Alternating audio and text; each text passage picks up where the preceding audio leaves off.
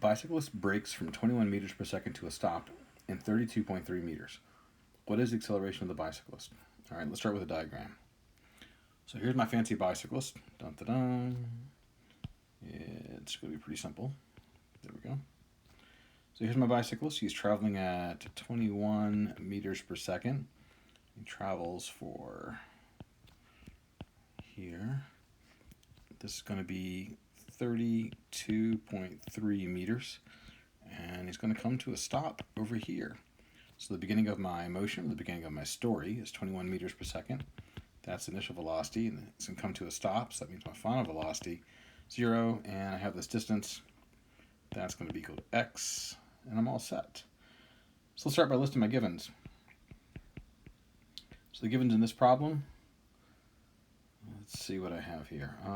Initial velocity is equal to 21 meters per second, and I have my initial distance is equal to 0, and x, the final distance, is going to be equal to 32.3 meters, and my final velocity is equal to 0. I'm looking for the acceleration.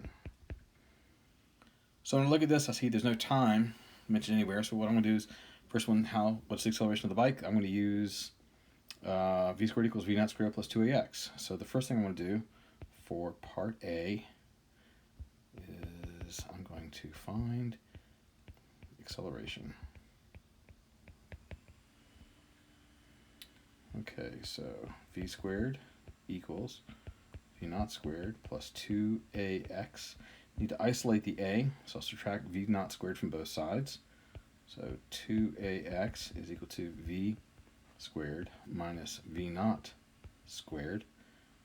Then to isolate the a, I got to divide by x and divide by 2. In other words, I got to divide by 2x. So a is equal to v squared minus v naught squared divided by 2x. So I'll put my numbers in. Final velocity, well, that's 0, that's easy.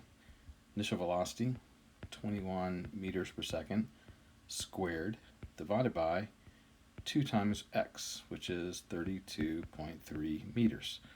Notice numbers and units and all everywhere. And then when I do the math for this, I get negative 6.83 meters per second.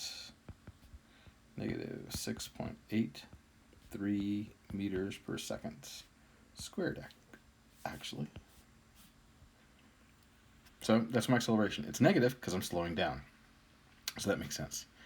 How much time does it take for the bicyclist to stop? All right, so that's part B. So let's see if I can squeeze part B up here.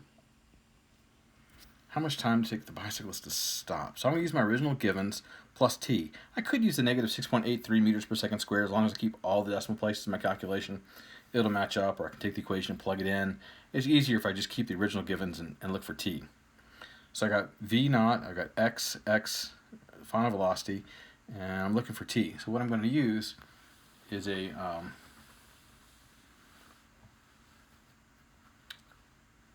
version of the average velocity formula.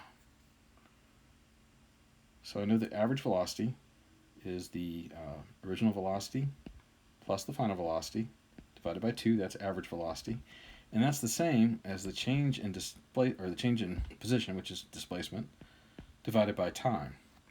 Now see, if I use this, I'm solving for time. Then the time, I'll just cross multiply this, figure it out, is equal to 2x divided by v naught plus v. So what I did was I cross multiplied. I said the 2 times the x and t times the quantity v naught plus v, and then I divided both sides by v naught plus v, and that gave me the time. So that's just equal to 2 times 32.3 meters divided by the sum of the two velocities. Well, that's easy. Original velocity is 21 meters per second. Final velocity is 0. So when I do all the math here, I get the time to be 3.08 seconds. What's the bicyclist's average velocity? Lots of ways of finding it. I can use x over t, or I can use v plus v naught over 2. V average let's see, this is part C, and I'm going to find the average velocity. So V average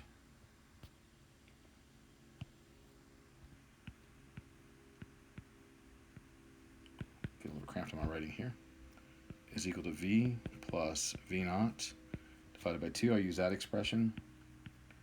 So V average is equal to V plus V naught. Final velocity is 0. Original velocity is 21 meters per second divided by 2. So the average velocity is going to be 10.5 meters per second.